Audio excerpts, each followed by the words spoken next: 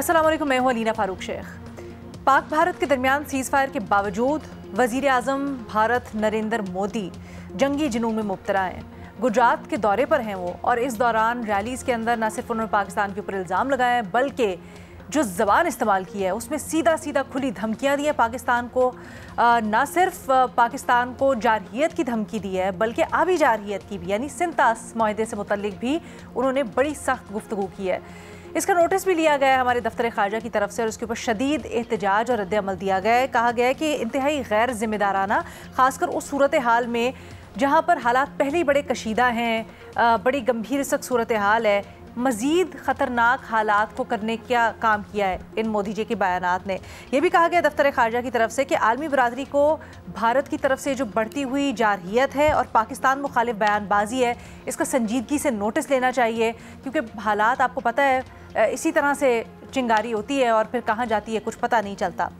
ये जो सारी की सारी बात कर रहे हैं मोदी, और भारत के अंदर से भी अब आवाज़ें उठ रही हैं, इसका मकसद क्या है और इसके ऊपर पाकिस्तान का रद्द-ए-अमल क्या होना चाहिए, इसको आज हम डिस्कस करते हैं अपने तज्ज़ियाकारों से। हमें ज्वाइन करें इसके लिए महमद सरफराज साहिबा, रीमा उमर साहिबा, सलीम साफ़ी साहब और इरशाद भट्टी साहब भी हमारे साथ मौजूद हैं।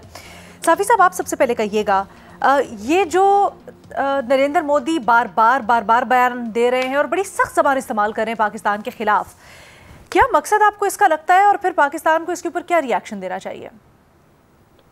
दरअसल मोदी को अशरों से मजलूमों को और कमज़ोरों को मारने की आदत पड़ी है। वो पहले उन्होंने गुजरात के मुसलमानों को मारा और बुचर ऑफ गुजरात के नाम से मशहूर हुए। उसके बाद उन्होंने सिखों पर भी जीना हराम कर दिया है।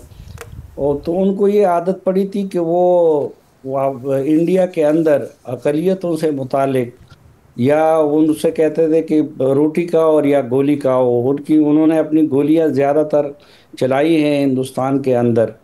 तो अब पहली मर्तबा उनको पाकिस्तान की तरफ से एक तप्पड़ मिला है जवाब में, तो उनसे वो हज़म नहीं हो रहा। इधर वो ना गोली चला सके उस तरह जिस तरह की उनकी ख्वाहिश थी, और ना उनको वो फतह मिल सकी जिसके वो आरज़ूमंद थे। तो जो शिकस्त उनको हुई है उसकी खिफ़त मिटाने के लिए अब उनको इस तरह के बयानात देने पड़ रहे हैं। और दूसरी तरफ अब आहिस्ता आहिस्ता इंडिया के लोगों पर भी हकीकत वाज़े हो गई है कि मोदी ने बढ़ के तो बहुत मारी थी, लेकिन असल में जंग में, उस 4 रोज़ा जंग में उनको बुरी तरह से शिकस्त हुई है। तो मोदी अब इन बयानात के ज़रिए अपने हामियों को अपने साथ जुड़े रखना चाहते हैं, और दूसरी तरफ इस तरह के बयानात के ज़रिए वो मुखालिफिन को दबाना चाहते हैं। उन्होंने देखे अपने सारे पड़ोसियों को भी दबाया हुआ था, और उनको भी मुख्तलिफ तरीके से ब्लैकमेल करते रहे। लेकिन पाकिस्तान में इस मर्तबा अल्लाह ने करम किया और उनको बहुत ऐसी तप्पड़ पड़ी है कि वो हजम करना बड़ा मुश्किल है, और मोदी एक लंबे अरसे तक इस तरह के बयानात देता रहेगा। सर, पाकिस्तान का मजीद इस तरह के बयानात के ऊपर क्या जवाब होना चाहिए? पाकिस्तान का यही जवाब होना चाहिए जो कि मुस्तकिल एक जवाब है हमारा उनकी इस जारहियत के मुकाबले में, कि हम अमन पसंद लोग हैं, हम जंग नहीं चाहते। लेकिन अगर वो इस तरह की गलती करेगा कि पाकिस्तान की सॉवरेनिटी को पामाल करने की कोशिश करेगा, तो फिर उसको उसी तरह का जवाब मिलेगा जो इस चार रोज़ा जंग में उनको मिला है। ठीक है, भट्टी साहब, आपकी क्या राय है? क्या समझते हैं इस वक्त ये जो सब कुछ हो रहा है, इसका मकसद क्या हो सकता है, और क्या पाकिस्तान को इसके ऊपर मजीद क्या रद्द-ए-अमल देना चाहिए? मैडम शेख, नरेंद्र मोदी जो आजकल भारत में सरेंडर मोदी के नाम से जाने जाते हैं, उनके 2-3 क्लिप्स मैंने देखे हैं इसी तकरीर के, और इसके इन क्लिप्स की वीडियो क्लिप्स के और इस तकरीर के 3 पहलू हैं। पहला पहलू तो काबिल मज़म्मत है, बिलाशुबा ये काबिल मज़म्मत फ़ेल है एक वज़ीर आज़म का, अफसोसनाक है, शर्मनाक है। और हमें ये सरेंडर मोदी का ये जो वीडियो क्लिप्स हैं, ये तकरीर है, ये दुनिया को दिखानी चाहिए। जो वफ्द दुनिया में जा रहा है पाकिस्तान का, या जो जाएगा आगे मज़ीद वफ्द बनेंगे, दुनिया को दिखाएं और बताएं कि ये होती है दहशत गर्दी। ऐसे होते हैं दहशतगर्द। हम मुज़ाकरात की बात कर रहे हैं, अमन की बात कर रहे हैं, मिल बैठकर मसले हल करने की बात कर रहे हैं, और वहाँ बगावत की बातें, नफ़रत और लड़ाई की बातें, तकसीम की बातें और दहशतगर्दी की बातें। इस तकरीर का दूसरा पहलू है मैडम शेख, वो राहत अंदौरी ने का शेर है इसके जवाब में, इस तकरीर का दूसरे पहलू के जवाब में, कि सरहद पर बहुत तनाव है क्या, कुछ पता तो करो चुनाव है क्या। तो जो चुनाव है बिहार में या और आगे जो इलेक्शन आ रहे हैं, ये उसका एक है एक उस अपने उस ऑडियंस को, अपने लोगों को मुतमईन करने की एक कोशिश है। इस तकरीर का एक तीसरा पहलू भी है मैडम शेख, और वो बड़ा काबिल रहम पहलू है। और यकीन करें मुझे सरेंडर मोदी पर तरस आ रहा था, काबिल रहम हालत थी उनकी। वो तकब्बर से भरा सरेंडर मोदी याद है मैडम शेख आपको?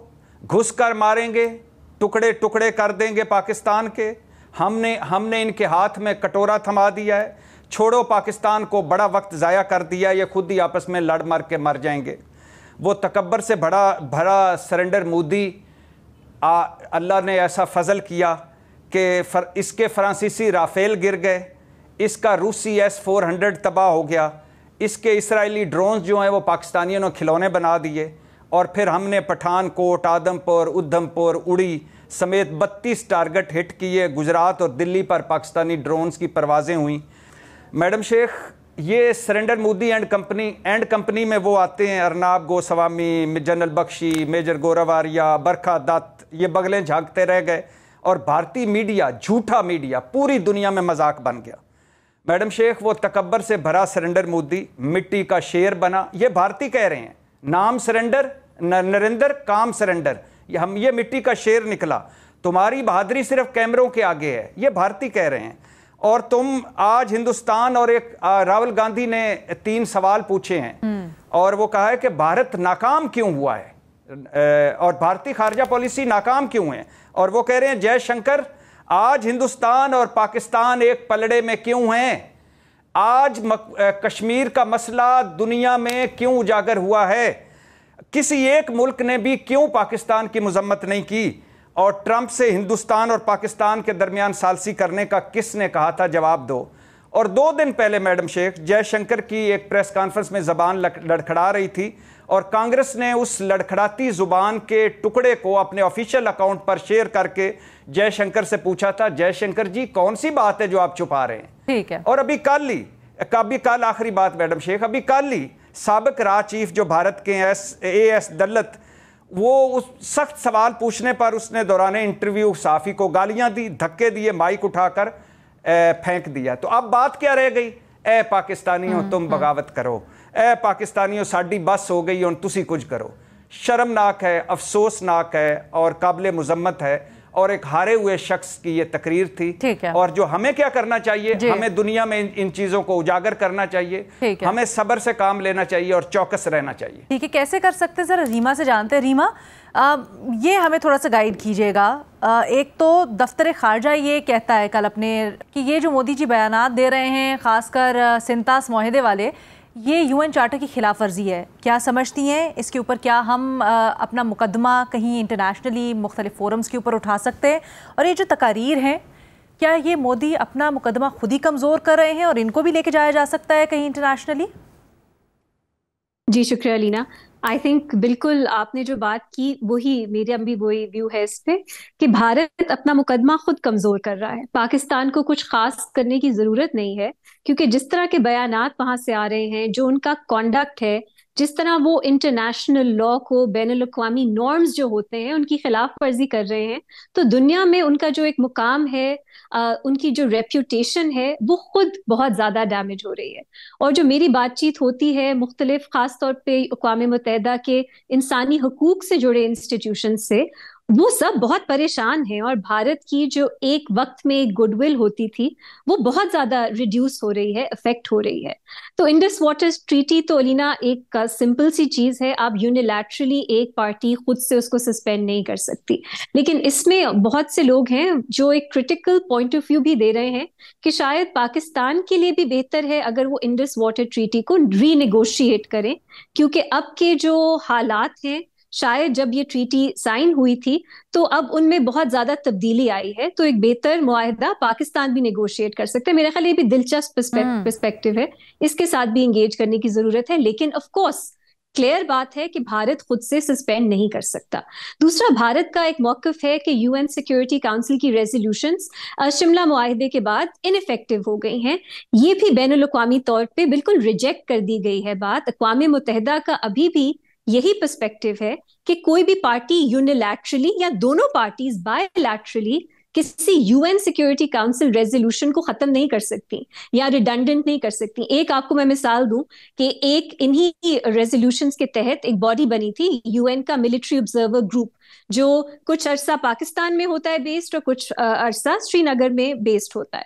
वो अभी भी कायम है, उनका अभी भी स्टाफ है। तो अगर आप कहते हैं कि वो रेजोल्यूशंस अब रिडंडेंट हो चुकी हैं, तो फिर ये जो मिलिट्री ऑब्जर्वर ग्रुप है ये क्यों एग्जिस्ट करता है, राइट? सो इस तरह की बहुत सी आपको चीजें मिलेंगी। और अब जो भारत ने एक, मैं कहूंगी, राइट टू सेल्फ डिफेंस की एक अजीबोगरीब सी इंटरप्रिटेशन दी है कि अगर कहीं पे भारत की टेरिटरी में या भारत को लगेगा दहशतगर्दी का वो निशाना बने हैं, तो वो रिटेलिएशन में अकाउंटेबिलिटी के लिए किसी एक और मुल्क की सरहद जो है, उनकी टेरिटोरियल इंटेग्रिटी, उसको पामाल कर सकते हैं।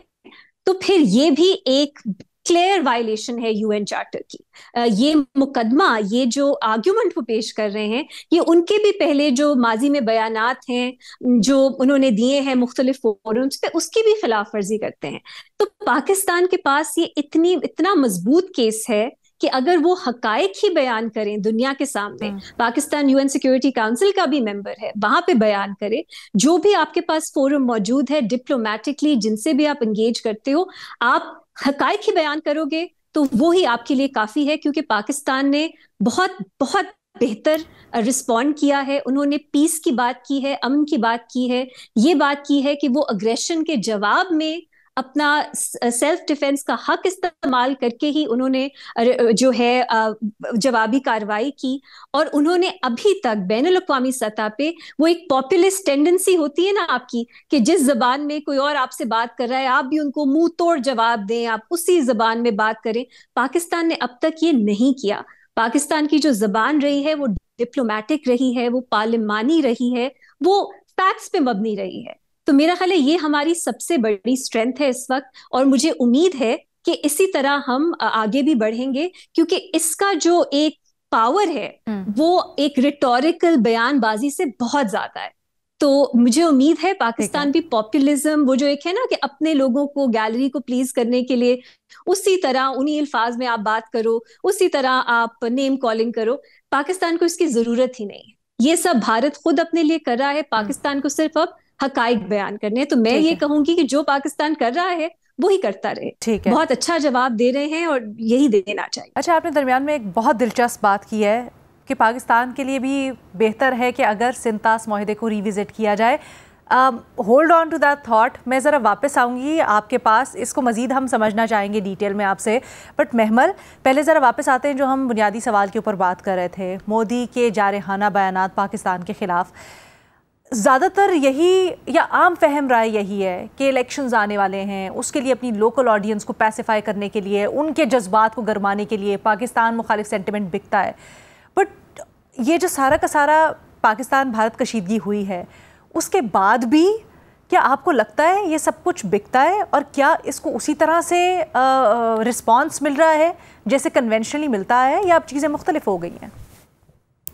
देखिए रीना, ये जो अल्फाज उन्होंने इस्तेमाल किए, ये किसी जीते हुए आदमी के नहीं है। ना ये अल्फाज, ना ये लबो लहजा, ना ये रवैया, ये एक हारे हुए इंसान का है, ये एक बिखरे हुए इंसान का है कि जो अभी तक जो है उसको यकीन ही नहीं आ रहा कि उनको क्या एक जवाब मिला है पाकिस्तान की तरफ से। आपको मालूम है कि इंडिया ने तो इसके ऊपर कई हफ्ते लगाकर एक प्लानिंग की थी, और पाकिस्तान ने उसी वक्त चंद घंटों के अंदर जो इनके जेट गिरा दिए और जवाबी कार्रवाई हुई। और फिर बाद में पाकिस्तान तो रिस्ट्रेंट शो करता रहा, पाकिस्तान तो जो है उसने कोई ऐसे नहीं किया, लेकिन इन्होंने अनप्रोवोक्ड एग्रेशन इतना बढ़ गया कि जब इन्होंने नूर खान बेस पे अटैक किया तो पाकिस्तान को जवाबी कार्रवाई करनी पड़ी, और वो भी मिलिट्री इंस्टॉलेशंस के ऊपर। लेकिन आप मोदी को देखिए कि वो कर क्या रहे हैं। पहले भी सिविलियन टारगेट्स हिट किए जो इंडिया ने जो अनप्रोवोक्ड अटैक किया था, और अब भी वो किसको धमकी दे रहे हैं? सिविलियंस को धमकी दे रहे हैं। यानी कि आप बेसिकली, क्योंकि शायद आप यूज टू हैं इंडिया के अंदर ये करने के लिए कि आप सिविलियंस को टारगेट करते रहे, तो आपको ठीक है कि अब दूसरे मुल्कों के अंदर भी है, और तो इसकी वजह से एक तो वो चीज है। अच्छा, दूसरी चीज अलीना जो आप बात करी कि क्या ये अब भी बिकता है कि नहीं, मैं आपको ये बताती चलूं कि देखिए वहां पर जिस तरह कांग्रेस और बाकी ऑपोजिशन पार्टीज इस वक्त एक्चुअली मोदी से जो सवालात कर रही हैं, जिस वक्त ये सारा कॉन्फ्लिक्ट शुरू हुआ था तो तब तक ऑपोजिशन ने हुकूमत का अपनी साथ दिया था, एक वो जिस तरह होता है माहौल उधर इस तरह का जब बन जाता है।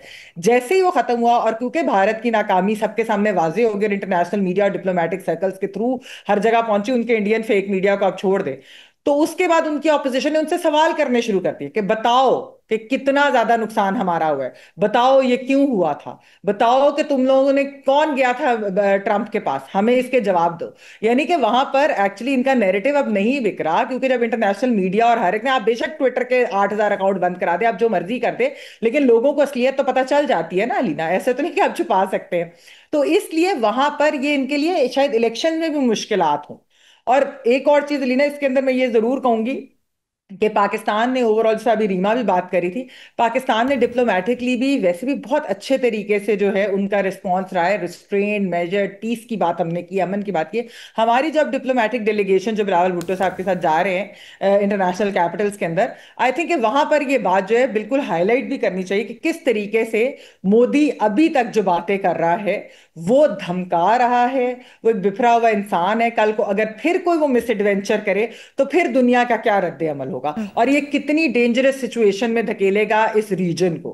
तो ये चीजें हाईलाइट करने की बहुत जरूरत है। लेकिन इस वक्त तक अभी पाकिस्तान का जो रिस्पॉन्स रहा है, एग्रेसिव डिप्लोमेसी, लेकिन बहुत अच्छे तरीके से किया। ऑल्सो मैम, क्या आप समझती हैं कि इस तरह के बयानात एक इंडिपेंडेंट मुल्क के खिलाफ कब तक, तो क्या कोई शटअप कॉल देने की भी जरूरत है, और वो कैसे हो? नहीं ना, देखिए हम लोग तो अभी तक जितना भी हमने जवाब दिया है, हमने यही दिया है कि आप अगर ऐसा कुछ करेंगे तो फिर आपको जवाब मिलेगा, और मुंह तोड़ जवाब मिलेगा। यानी मिलिटरीली हमने वैसे भी, आपने देखा है कि किस तरीके से हमारी एक सक्सेस भी हुई थी, तो वो हम जवाबी कार्रवाई, और यही चीज इंडिया को एक्चुअली बैकफुट पे भी डाला। इंडिया जो अमेरिका के पास अगर गया, जो सीज फायर के लिए जब गया, तो वो इसी वजह से गया कि वो भी एक्सपेक्ट नहीं कर रहे थे कि पाकिस्तान का इस तरह का रिस्पॉन्स आएगा।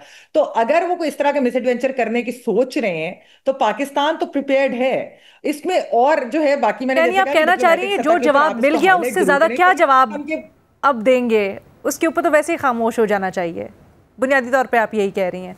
इंडिया का नैरेटिव नहीं, मैंने आपको कल भी बताया था कि डिप्लोमेटिक कम्युनिटी भी कह रही है कि इंडिया का नैरेटिव कहीं नहीं चल रहा, पाकिस्तान का मुकदमा सुनने के लिए सब तैयार हैं। ओके, एक छोटी सी हमने ब्रेक लेनी है, फिर दिलचस्प राय सामने आई, उसके ऊपर मजीद बात करेंगे, but after break. Welcome back. भारतीय वज़ीर-ए-आज़म के बयानात के ऊपर हम बात कर रहे हैं, और ब्रेक पे जाने से पहले रीमा ने एक दिलचस्प तरफ इशारा किया, इसको आगे बढ़ाते हैं इसके ऊपर, बल्कि रहनुमाई भी रीमा से लेते हैं। रीमा, आपने ये जो कहा कि एक राय सामने आ रही है कि सिंतास मुआहदे को रिविजिट अगर हो जाता है या इसकी कुछ शिकों को दोबारा देखा जाता है तो पाकिस्तान के लिए बेहतर है, इसको थोड़ा सा एलैबोरेट कीजिएगा, क्या मतलब, किस तरह से बेहतर है? पहली बात तो ये कि मेरी इसमें एक्सपर्टीज़ नहीं है, लेकिन मैं बहुत से लोगों की जिनकी है उनको पढ़ रही हूँ, और एक राय जो हमने टीवी पे ज़्यादा नहीं देखी जो सामने आ रही है, चाहे वो दानिश मुस्तफ़ा साहब हो जो प्रोफेसर हैं किंग्स कॉलेज के, और वो जियोग्राफी में और इस इशू पे बहुत लिखते हैं, समझ है उनकी। हसन अब्बास साहब हैं, वो भी वाटर रिसोर्सेज के एक्सपर्ट हैं।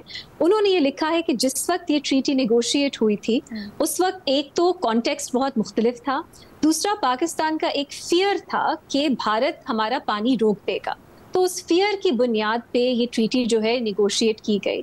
और अब जब हम देखते हैं, हमारे ज़मीनी हकायक को देखते हैं, तो भारत के पास ना इतने इख्तियारात हैं, ना ये पावर है कि वो हमारा पानी रोक सके, और बहुत कुछ है जो हम खुद कर सकते हैं हमारी रिवर फ्लोज के लिए, हमारे पानी के लिए, जिससे भारत का कोई ताल्लुक नहीं है।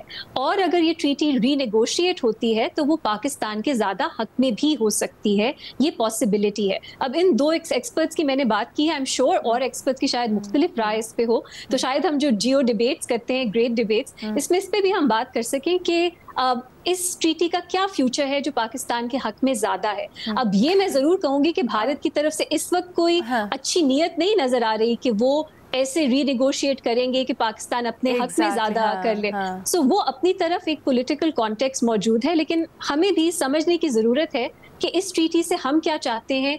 फियर मॉन्गरिंग से ज्यादा हमें एक्चुअली समझ हो कि अगर ये ट्रीटी सस्पेंड हो रही है जिस तरह से, हमारे असल में क्या असरात होंगे पाकिस्तान के इस पे, और क्या है जो हम डोमेस्टिकली कर सकते हैं उनको मिटिगेट करने के लिए। ऑल्सो रीमा, अगर इस वक्त अगर हम इस मामले को छेड़ते हैं, हम रीनिगोशिएशन की बात करते हैं इसके ऊपर, तो आपको लगता है कि इस वक्त उस तरह से पूरा माहौल भी मौजूद है और पाकिस्तान के हक में कुछ आएगा, या फिर मामला उल्टा ही बिल्कुल ना हो जाए कि जितना है वो भी पाकिस्तान के हाथ से चला जाए?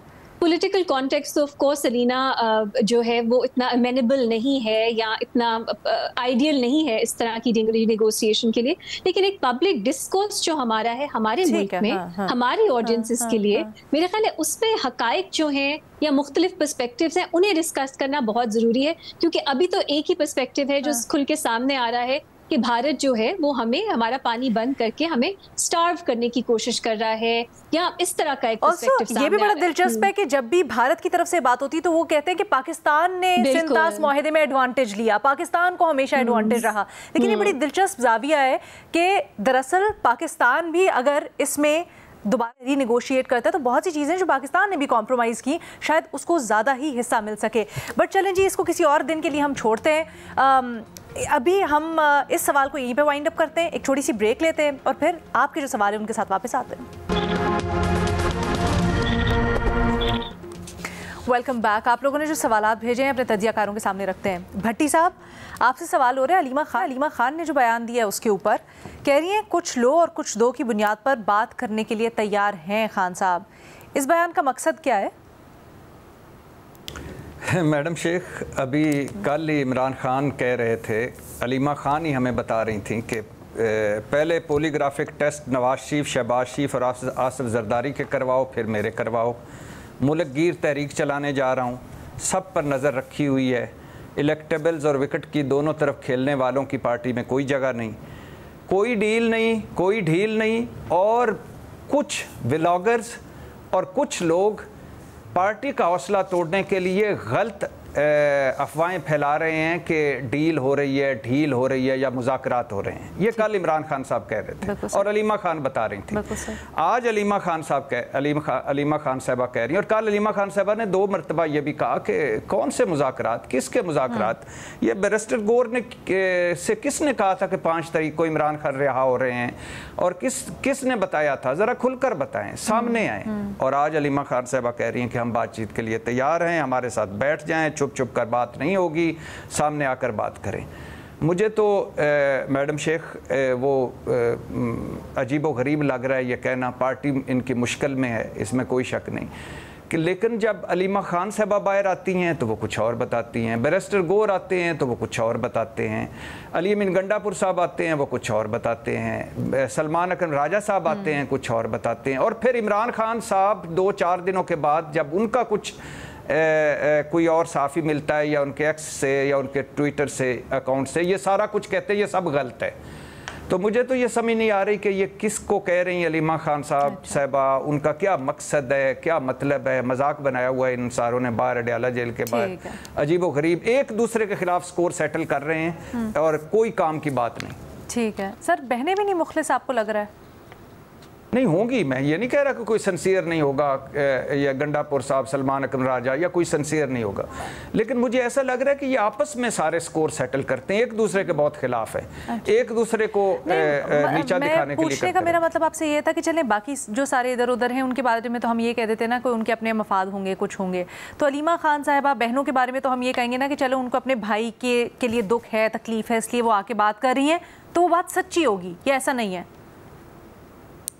हमें भी ऐसे ही लगता था। अब ये हुआ ये है कि ये पार्टी के सुना जा रहा है कि पार्टी की जो सियासी कमेटी थी उसमें बात हुई कि बातचीत के लिए हम आगे बढ़ रहे हैं, बातचीत हो रही है या बातचीत होने वाली है।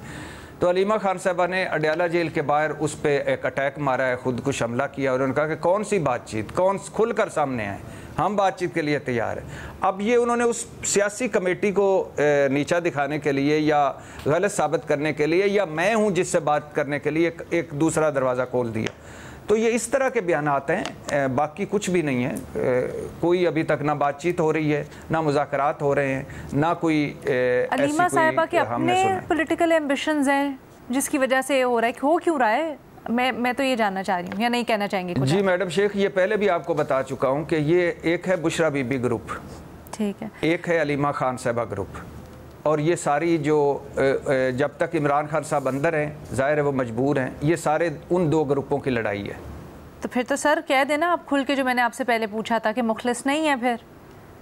नहीं मैडम शेख, अपने पॉलिटिकल एम्बिशंस हैं। नहीं, ये है दूसरा बात आपकी ठीक है कि एक दूसरे के खिलाफ दुश्मनी हो सकती है, लेकिन इमरान खान से कोई मुखलिस नहीं है या है, ये मैं कैसे कह सकता हूं? चलें ठीक है, थैंक यू भट्टी साहब। आगे बढ़ते हैं, साफ़ी साहब से सवाल करते हैं। साफ़ी साहब, आपसे पूछा जा रहा है कि वज़ीर आज़म शहबाज शरीफ के दौरा ईरान में तिजारत, सरमायाकारी, फ़लस्तीन पर यकजहती का इजहार किया गया है। ईरान के जौहरी प्रोग्राम की हिमायत की गई है। OIC में किरदार, इसराइली मज़ालिम के खिलाफ मौक़िफ़ पर इत्तफ़ाक़ हुआ है। क्या ये दौरा पाक ईरान ताल्लुकात में नए बाब का आगाज़ बन सकता है? देखिए, ईरान और पाकिस्तान के ताल्लुकात बड़े अजीब रहे हैं। एक लव एंड हेट रिलेशन रहा है माजी में। एक तरफ ईरान हमारा पड़ोसी इस्लामी मुल्क है और हमारे बहुत सारे मफादात मुश्तरका हैं। इज़राइल के बारे में दोनों का स्टांस एक ही है, और दूसरी तरफ बाज़ चीज़ों में हम एक दूसरे के ख़िलाफ़ भी रहे, क्योंकि हम माजी में अमरीकी कैम्प में रहे और ख़ुद ईरान जो था वो इंडिया के ज़्यादा करीब रहा, वो रूस के ज़्यादा करीब रहा। अब एक ऐसा मौका आया है कि एक तो चीन एक नई ताकत के तौर पर उभर रही है, और चीन के ईरान के साथ भी बेहतरीन ताल्लुकात हैं और पाकिस्तान के साथ भी बेहतरीन ताल्लुकात हैं। और दूसरी तरफ तो अगर बीच में चीन कोई बॉन्ड बन जाए तो इससे भी हमारे ताल्लुकात में मज़ीद इस्तेहकाम आ सकता है। दूसरा, अगर ईरान और अमेरिका की डील हो जाती है तो उससे भी हमारे लिए बाहमी ताउन के रास्ते मज़ीद खुल जाएंगे। और ये गुज़िश्ता जो 4 रोज़ा जंग था, तो उसमें जिन ममालिक ने सुलह की कोशिश की उसमें ईरान भी सरफहरिस्त था, ईरानी वज़ीर। लेकिन सर, ये जो पाकिस्तान ने हिमायत का ऐलान किया है ईरान के जौहरी प्रोग्राम की, इसको आप कैसे देखते हैं? नहीं, ईरान के पुरअमन जौहरी प्रोग्राम का तो पाकिस्तान हिमायत करता रहता है। पाकिस्तान तो कहता है पुरअमन जौहरी प्रोग्राम उनका हक है। अच्छा, क्योंकि माजी में ज़रा मिक्स्ड हमारे रिएक्शंस रहे हैं ना? इस मामले पे इतने ज़्यादा मिक्स नहीं रहे हैं। ठीक है। और इसमें पाकिस्तान का यही है कि जो पुरअमन हल निकले अमेरिका के साथ इस क़ज़िये का, ये पाकिस्तान का एक दीरीना मौक़िफ़ रहा है। ठीक है। और दूसरा, पाकिस्तान का ये भी रहा है कि पुरअमन एटमी प्रोग्राम ईरान का हक है। ठीक है, बहुत शुक्रिया सलीम साफ़ी साहब। इसके साथ एक ब्रेक, वापस आएंगे मज़ीद सवालात के साथ।